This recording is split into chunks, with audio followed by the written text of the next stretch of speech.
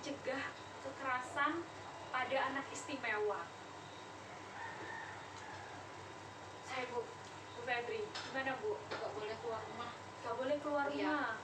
Oh sebentar, saya tulis ya. Iya. 1, tidak boleh keluar rumah.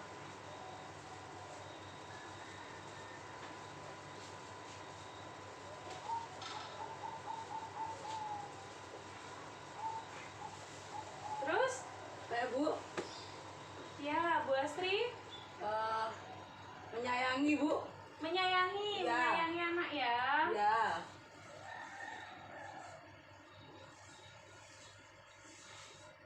Menyayangi. Apalagi? Bu Yosi mau menambahkan? Harus perbanyak teman. Perbanyak teman. Ya.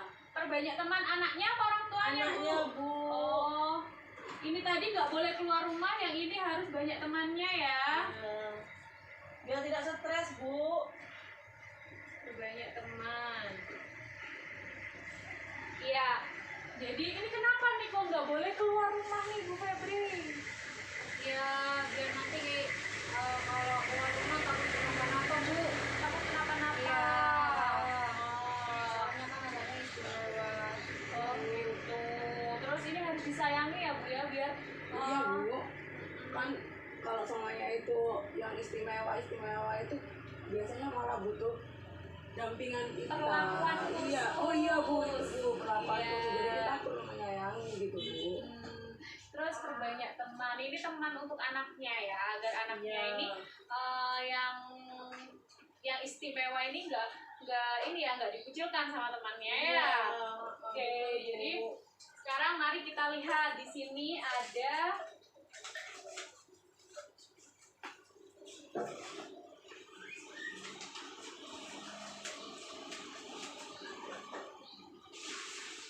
di sini ada pencegahan kekerasan anak istimewa di situ.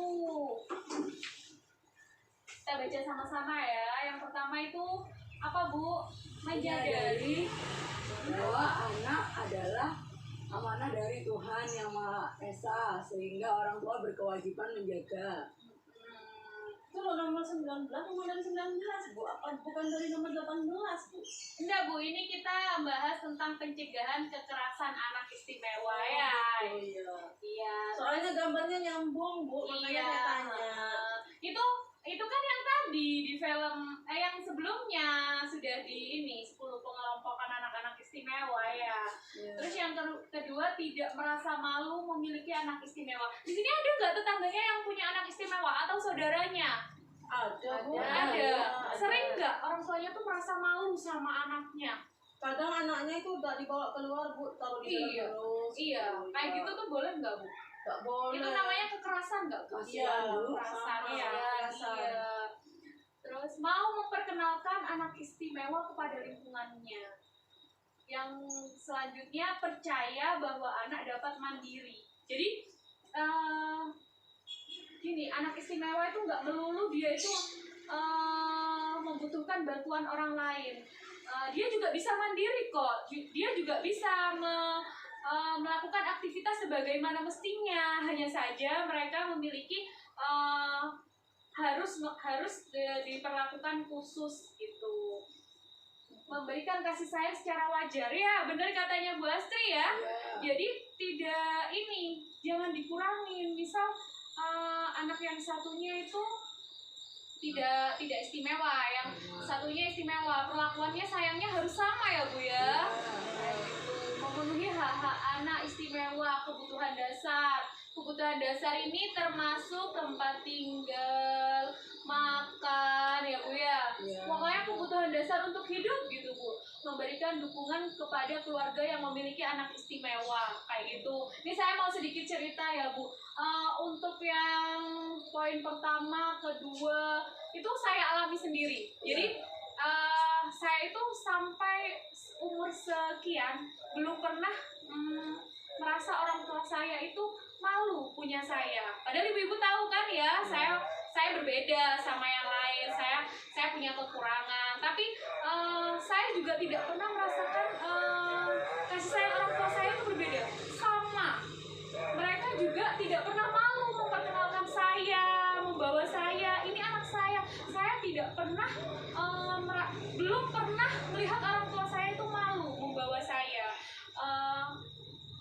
Jadi dengan kekurangan yang saya miliki, saya percaya diri. Oh, saya ini sama yang lain. Meskipun saya punya kekurangan, saya pasti punya kelebihan untuk dikembangkan seperti itu. Buktinya sekarang saya ada di sini di hadapan ibu-ibu semua gitu ya Bu ya.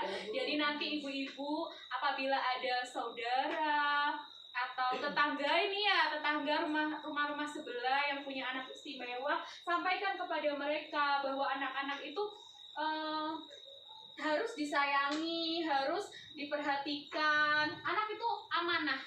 Seperti apapun itu amanah dari Tuhan. Kita wajib menjaganya. Seperti itu ya Bu ya. Ya. Tuh. Terus yang saya kasih kunci nih, kunci dari anak istimewa. Yang pertama, anak istimewa adalah anak yang membutuhkan perhatian khusus ya, perlakuan khusus. Jadi misal nih, kalau misal tunarungu, biasanya itu kita ngobrolnya pakai Bahasa bahasa isyarat ya Bu ya. Terus kalau tunanetra, Braille. ya itu. Yang kedua ya Bu, lanjut. Mereka memiliki potensi yang dapat dikembangkan. Pernah nggak ibu-ibu tuh melihat pelukis yang nggak punya tangan? Pernah ya, melukisnya pakai apa? Kaki.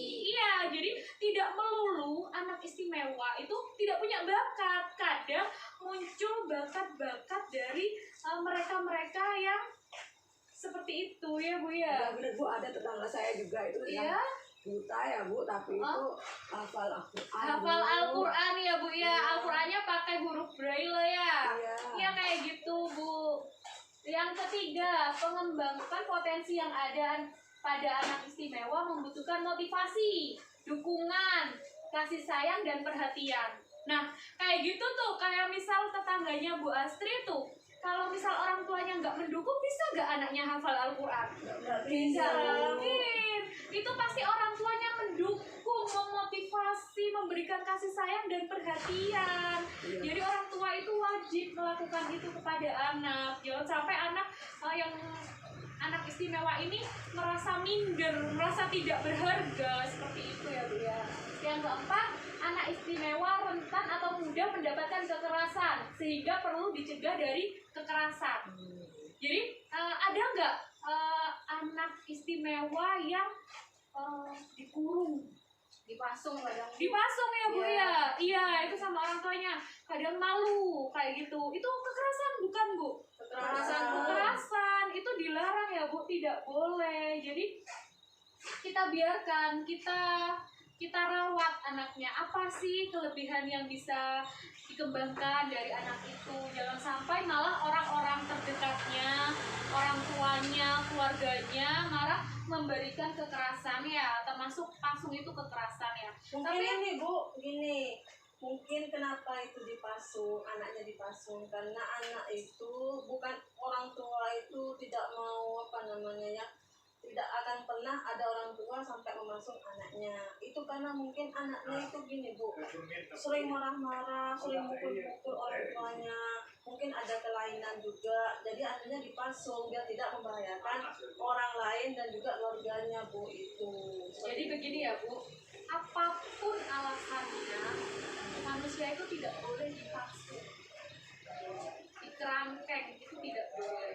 Jadi misal dia gangguan nih psikisnya ya, dia mukul-mukul, kita bawa ke psikiater, kita bawa ke puskesmas minta rujukan. Ya, ibu-ibu pada punya BPJS kan, dibawa, diobati, jangan dikurung, jangan dipasung.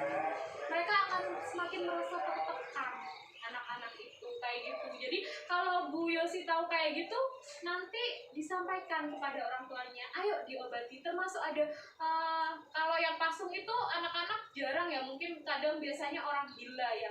Orang gila pun itu tidak boleh untuk dipasung Bu, apalagi anak-anak yang hanya berkebutuhan khusus. Mereka tidak gila. Kalau mamanya tidak ada biaya Bu untuk berobat, Ada BPJS Bu. dia yang punya BPJS. Loh, Ibu belum punya BPJS? Bukan, Bisa, orang bisa. tuanya orang yang Bisa. Nanti Ibu ke desa ya, minta surat pengantar untuk ke BPJS. Minta atau nanti ini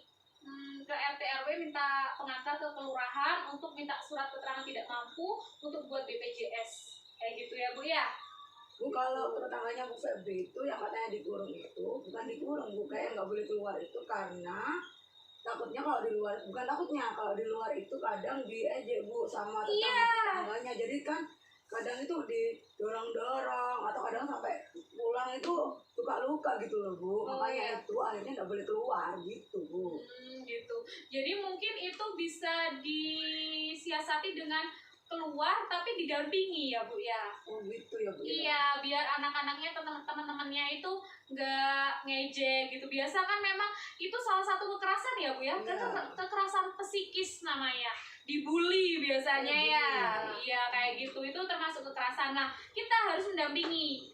Dan kalau misal kita tahu nih, kita tahu tetangganya Bu Febri itu kayak gitu. Saat kita tahu, kita lindungi anaknya. Misal tidak ada orang tuanya nih, kita harus melindungi. Jangan sampai kejadian itu berulang-ulang dan terus-menerus dilakukan. Kita kasih pengertian tuh kepada anak-anak yang lainnya. Kayak gitu ya Bu ya.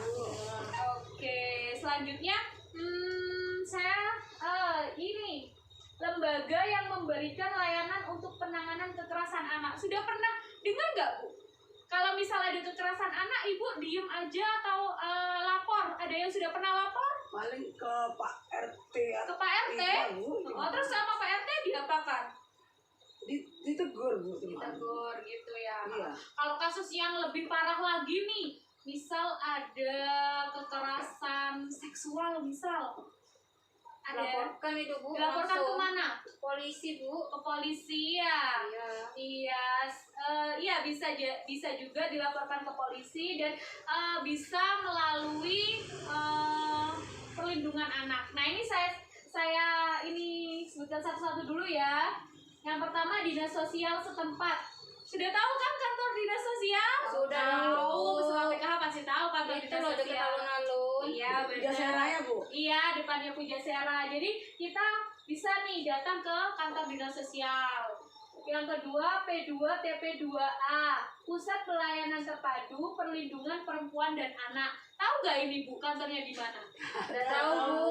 Itu loh Bu di Bundaran Bangka. Iya. Iya. Itu di sebelah kiri jalan ada di situ kantornya. Itu ada perlindungan anak. Nah ini Di KKBN itu. ya jadi satu di situ. Oh, di situ. Ada PPA, Perlindungan Perempuan dan Anak. Kalau ini kantornya ada di depan SMP 1, belakangnya alun-alun. Tahu ya? Yang wanita bukan? Bukan, sebelahnya. Oh iya. Oh, Bu. belakangnya dan Mawatina yang ngadep ke sana, ini Iya. yang ngadep ke sini. Oh, masih masuk ya Bu ya? Ya, masuk pas di depannya SMP 1. Terus ada Rumah Perlindungan dan Trauma Center. Ini di Jember saya belum tahu. Komnas Perlindungan Anak ini ada, saya lupa tempatnya di mana itu. Nanti saya ini carikan.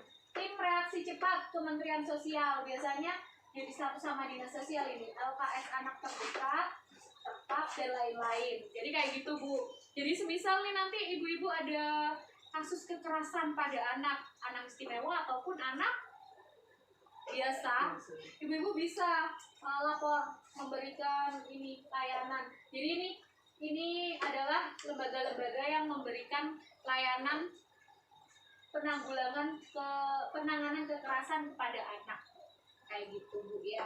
Bu, kalau langsung ke polisi gak apa-apa Bu? Gak apa-apa, biasanya kantor polisi itu kalau misal yang menjadi korban kekerasan itu anak-anak, dia yang akan ke PPA, menghubungi PPA.